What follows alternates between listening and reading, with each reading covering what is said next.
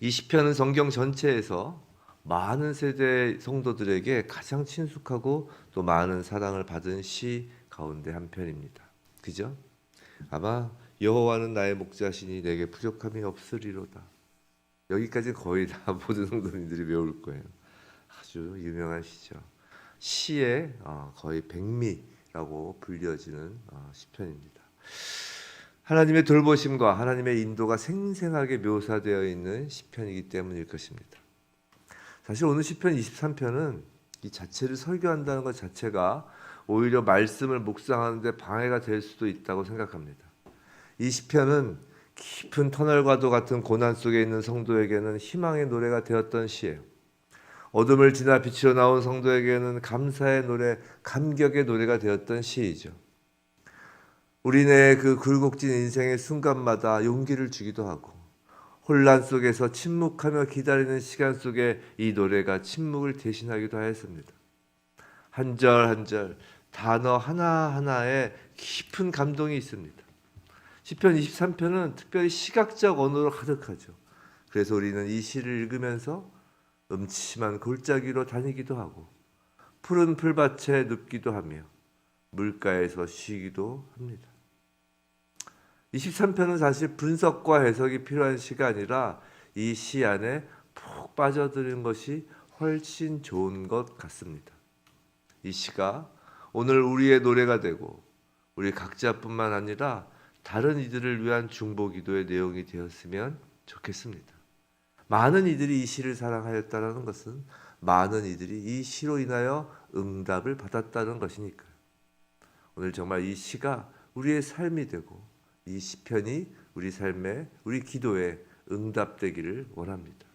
특별히 다른 이들을 위한 중보기도의 그 응답이 이 시편으로 기도하는 자나 또 기도의 대상자에게 임하기를 원합니다. 특별히 5절 말씀이 우리 모두에게 그대로 이루어지길 기도하였으면 좋겠습니다. 주께서 내 원수의 목전에서 내게 상을 차려주시고 기름을 내 머리에 부으셨으니 내 잔이 넘치나이다. 이 구절은 잔치의 주인과 손님 이미지로 하나님과 우리의 관계를 묘사하고 있습니다. 나와 너라는 어떤 친밀한 언약 관계의 절정을 이루고 있는 것이에요.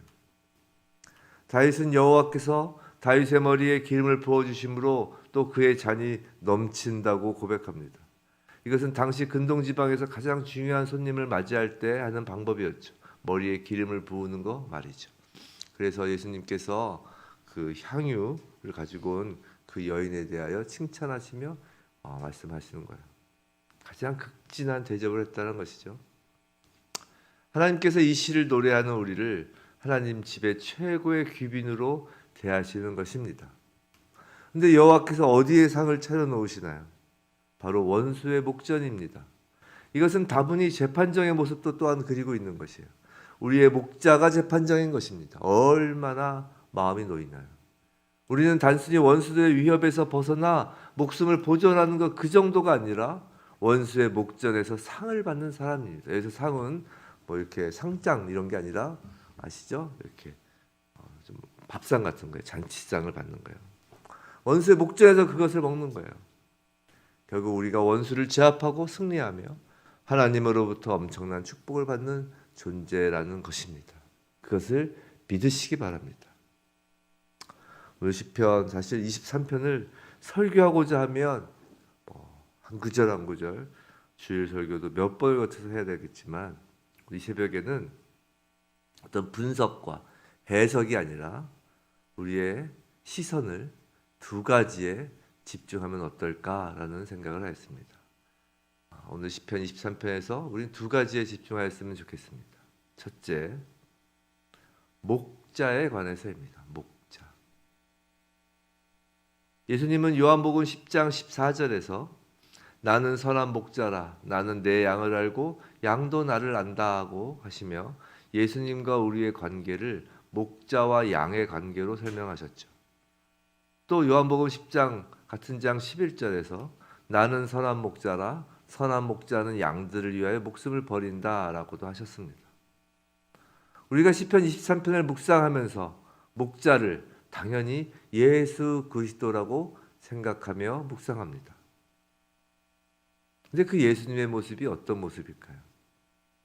예수님은 목자로서 어떤 모습으로 우리를 풀밭과 쉴만한 물가로 인도하실까요?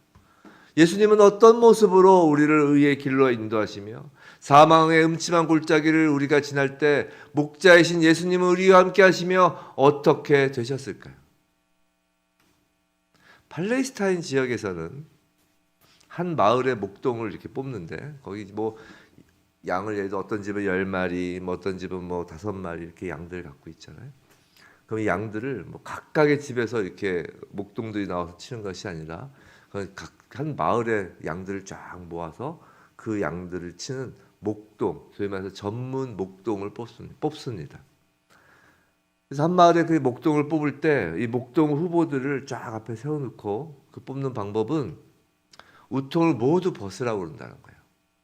그래서 그 몸을 확인한다는 것입니다. 근데 그것은 목동들이 얼마나 근육질이고 힘이 센지를 보려는 것이 아니에요. 그 몸에 얼마나 상처가 있는지를 확인하려는 것입니다. 곰에 살킨 상처, 늑대에게 난 상처, 가시덤불에 걸린 양을 구하기 위해 찔린 상처, 그 상처의 흔적이 가장 많은 사람을 그 마을의 목동으로 뽑아 마을 사람들의 양을 그에게 맡긴다고 하는 것이에요. 우통을 벗었는데 아무리 근육이 있고 배에 왕자가 새겨지고 아무리 근육이 건장하고 젊고 그래도 흠 하나 없고 말끔한 피부면 뽑지 않는다는 것이죠. 본인의 몸을 관리했을 수는 있어도 양들을 구한 경험은 없다는 거예요. 맹수가 오면 도망가기가 바쁜 사람이었다는 것이죠. 하지만 아무리 배가 불룩 나오고 몸에 근육 하나 없어 보이고 삐쩍 말라 보여도 그 몸에 곰 발톱의 상처, 사자 발톱의 상처, 그 가시덤불들에 찔린 상처, 그것이 바로 잃어버린 양들을 구한 목자들의 표시라는 것입니다. 성도 여러분, 이 시간 우리 목자 되신 예수님을 바라보시기 바랍니다. 예수님은 육신을 입으시고 이 땅에 오셔서 가장 많은 상처를 지니신 분입니다. 어제 살펴본 시편 22편에서의 십자가 순환을 몸으로 겪으셨습니다. 창으로 찔리시고 가시관을 쓰시고 손과 발에 못이 박히시며 그 상처, 또 채찍질로 살점이 떨어져 나가는 그 채찍질의 상처가 그 몸에 남으신 분입니다. 왜요? 양들을 구하기 위해서요. 또 몸의 상처뿐인가요? 배신과 조롱, 침뱉음과 뺨맞음의 모욕을 받으시며 인간이 겪을 수 있는 모든 정신적 상처, 트라우마까지 받으신 거예요. 우린 이 아름다운 시를 통해 아름다운 목자를 발견하는 것이 아니라 우리를 너무 사랑하셔서 그 상처, 우리의 목자가 되어주시기 위하여 그 상처 입은 그 목자를 바라보는 것입니다. 성도 여러분, 우리에게 상을 차려주시고 기름을 머리에 부으시며 우리 잔을 따라주시는 그분의 손을 보시기 바랍니다. 그 상을 바라보는 것이 아니라, 그 기름을 바라보는 것이 아니라, 그 잔을 바라보는 것이 아니라 그것을 하여 주시는 우리 목자의 손을 바라보시기 바랍니다.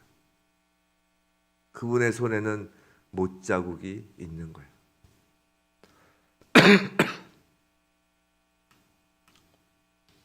또 우리가 집중하였으면 하는 것으로 두 번째입니다.